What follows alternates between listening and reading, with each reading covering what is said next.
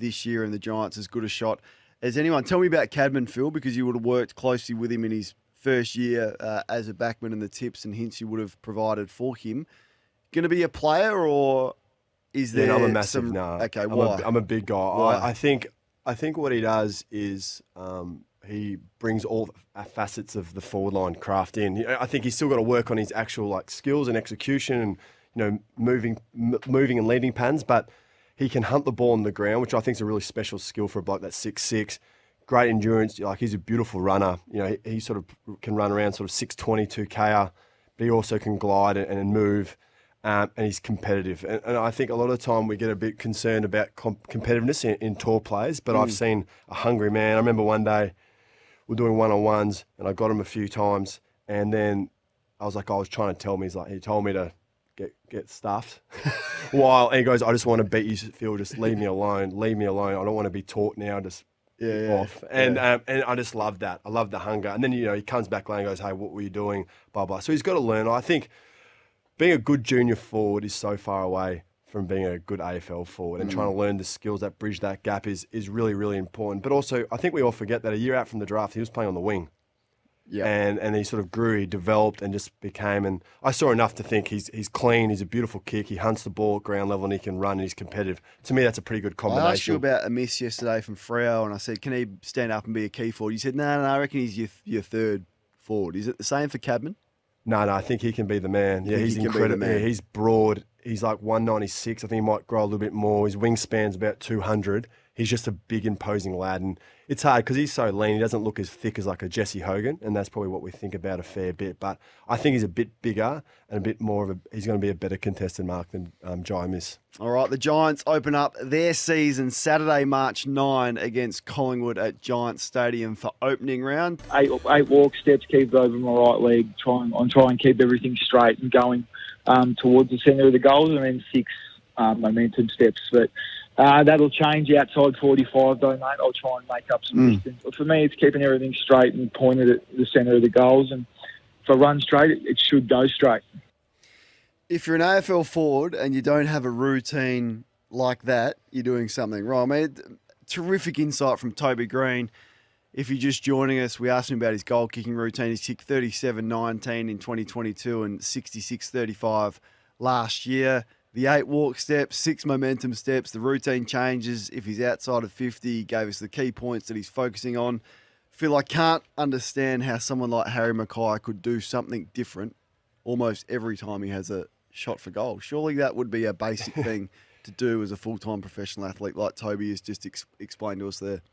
Yeah, I think I've heard routine every year multiple times and how important it is. And that's like inside a football club, but also outside. My first pre-season ever, I was at the Crows. I did the first 2 months in the forward line. And I think within 2 weeks of being there, I'd had a routine. That was like the first thing we did. And then I kept mine for my whole career.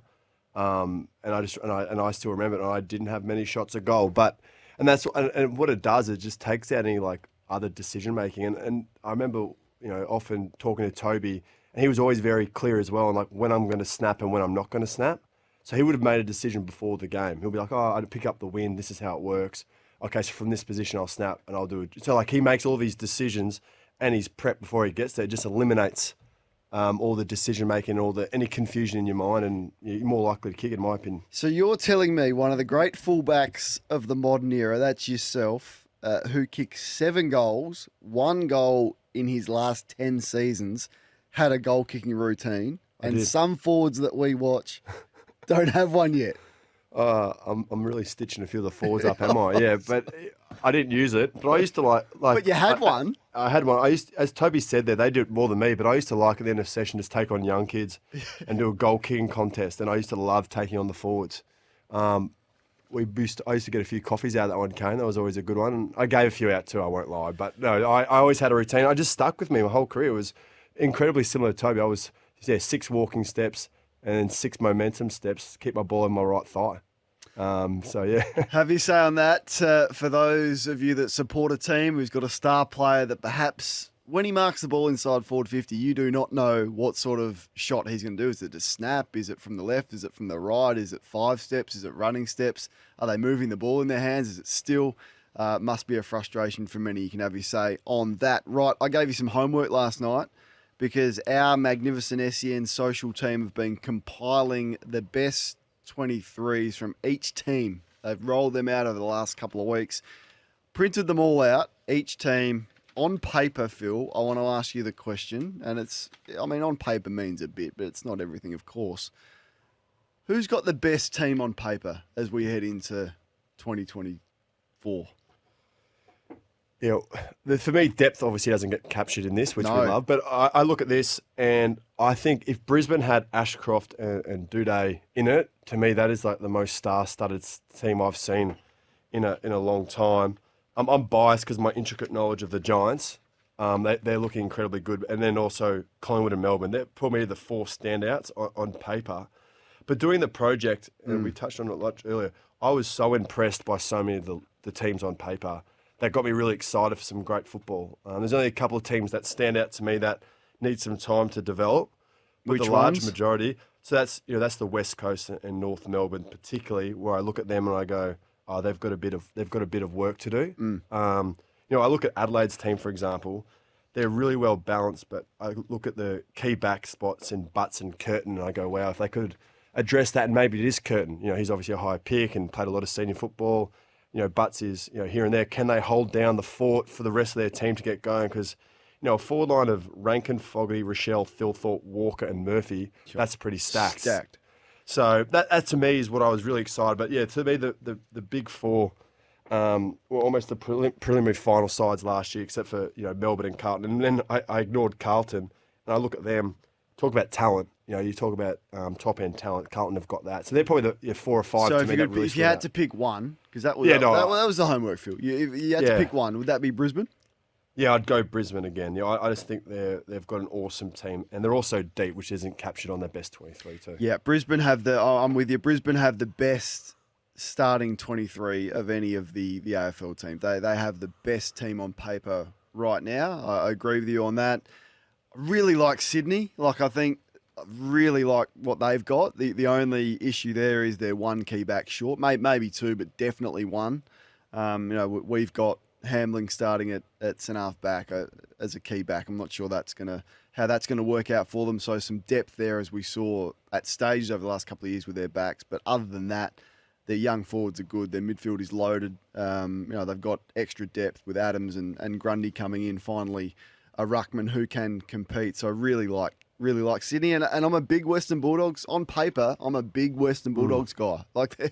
Their team stacks up on paper, and that's been the criticism of mine over Luke Beveridge, because their team stacks up on paper as well as any of the other top four fancy. So if you've had an opportunity to have a look at your team and what it looks like on paper, where are the holes in your list? Let us know. And which team do you think has the best team? I'm with you though. It's good luck trying to pick your top 8s in the preseason. Good luck, because what Hawthorn have got. We haven't even touched on Melbourne. Port Adelaide have added depth. The Saints, David King went and watched them train. He says they're definitely going to improve. So that's, according to him, that means winning a final. You mentioned Adelaide. We'll go through them all. Gold Coast, are they going to play finals? I think it's set up for an excellent season. You're listening to SEN Breakfast. Phil Davis doing a magnificent job. Who was a player that made you go, holy crap, the first time you saw them? Phil, I'll just give you one, so I'll give you some time to think. Robbie Gray came in as a late draft pick. He was played as a deep forward in junior footy and was overlooked by many. But he came in and we did some handball games, as most teams would do in pre-season. It was out at the Parklands here in Adelaide. And he was not fit. He wasn't ready to go. He had puppy fat on him. But as soon as the balls came out and we started playing handball games, people were like, he looks like Gary Ablett Jr. That's what he looks like. And we sat back and we went, holy crap. Now, half an hour later, he was vomiting because of how hard the session was for him. But as he got himself fit, he doesn't get enough credit for the player that he was and the career that he had. Had a huge career, headed straight to Port Adelaide's Hall of Fame, and I think will be Australian Football Hall of Famer at one point. But he was one for me. Have you got one? Holy crap. Probably, we just had so much talent that sometimes it was diluted because of all these first round draft picks. We had a few of those moments with Finn Callahan early. Yeah, right. just because he was so fast. I hadn't sort of seen like someone that big be that fast, and he did a couple of things when he just broke away, and you're like, wow, that's really special. Jacob Hopper, when he first showed up, because he was already very thick, his competitiveness and his bullness in those balls. Tom Green, probably Tom Green upon reflection was probably one of the ones I noticed. He came in and he took it to our mids. That was after the 19 season, so his first year was that pre-season. So we'd just come off a grand final. Our mids were stacked. He was playing on the B side, and he was tagging it to them all pre-season. Where can he get to? Oh, no, he'll be a multiple All-Australian. Right. He'll captain the Giants. He's got a big future. I would have thought that Tasmania would be circling his name, Kane, being like, if we can get him, because he's from Canberra, maybe they can lure a story around that. But no, I think he's going to be a very special player. Him and Callahan, to me, are going to be an almighty 1-2 punch. All right. I can see the eyes lighting up of the SEN digital team. Phil Davis says that the Tasmanian team should target Tom Green as their number one priority. That's going to be a headline later on. So That's fine. I'm happy to roll with that one. That's fine for me. Tom will be very happy with me. 0433 98 11 16. Yeah, you've just added some extra cash in his wallet. Who was a player, the first time you saw them, you went, holy crap? Who was the one from your team? You know, there'd be a lot of West Coast fans that saw Chris Judd initially and gone, that was the first one to me, Kane. My goodness. That game in Brisbane, he kicked 5.5. That was like, I was 12 and I was like, this is this is just the most, I think you was in your 8th season by then, Kane.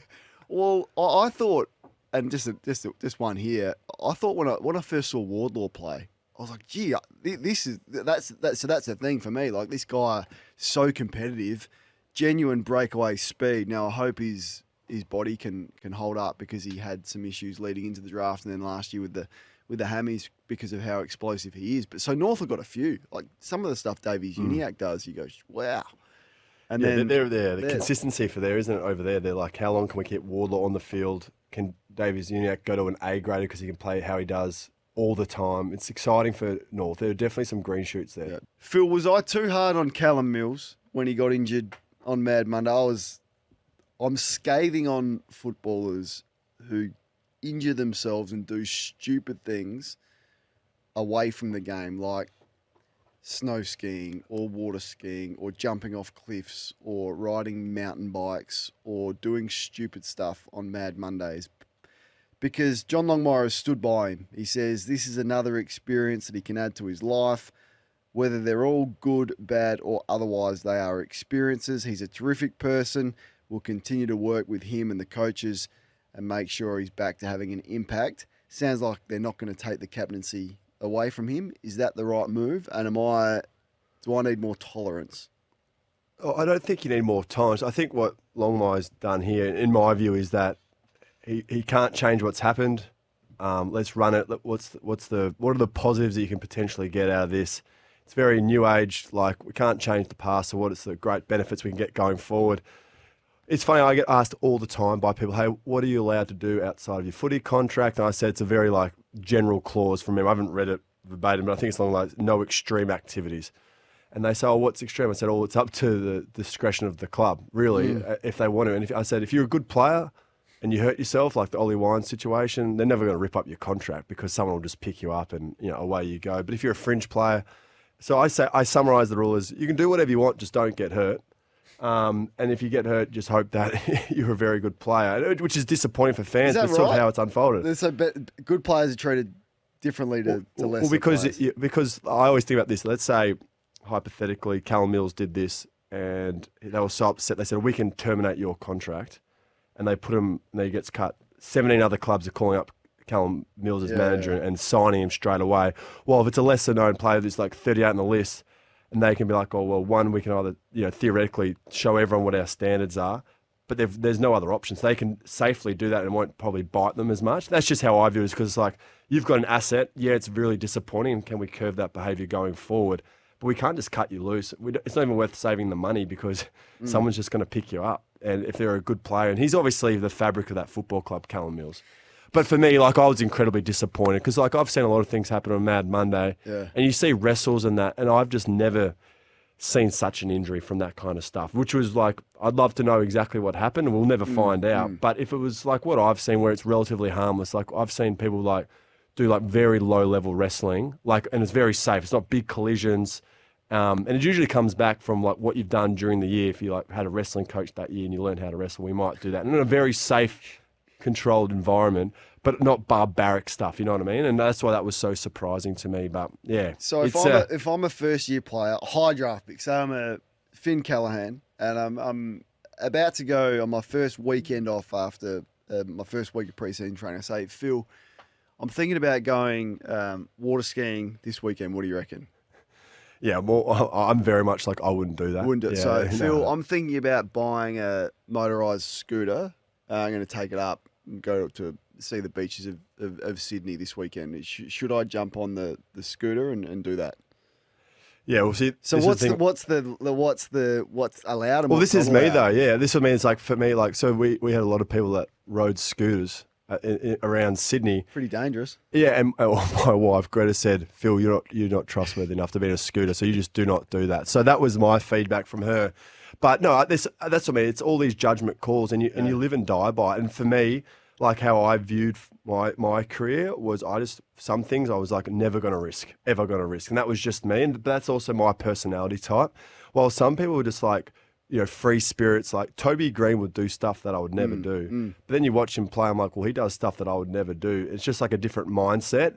And he even admitted he made a lot of mistakes early in his career. And when he was talking about getting a clip, I was like, gee, that was probably me a fair few times, Tubbs. So, but like, if that makes sense, like I get it. And everyone's different. And I think that's what Longmire is saying. But like, there's some stuff that I would be like, I would just avoid getting yourself in that position. That is the safest way to play. You get one go at it. My view is you get one go at it, and I never wanted to finish my career and look back and be like, oh, that was silly. Why did I do that? So I saw Charlie Curnow play cricket the other day, and most people would go, oh, it's pretty harmless. Like, how good? He's playing against Travis Boakes, playing cricket, bit of fun, bit of a laugh.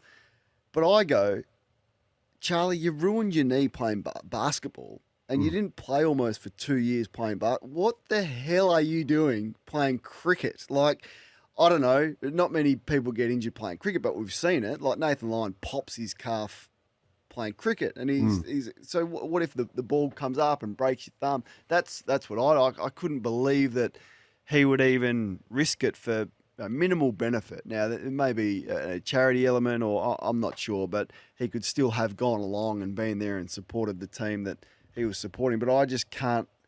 I wouldn't have done that after the history that he has had and how important he is for the Blues to win a premiership this year. I wouldn't put myself in that position, but that's the absolute extreme. Doesn't sound like, I think Sydney are initially really upset with this, just considering Mills and his status and the leader that he is and how important he is to them. It sounds like they've calmed down a little bit and they won't be taking the captaincy off him. Right call or wrong call? Let us know your thoughts.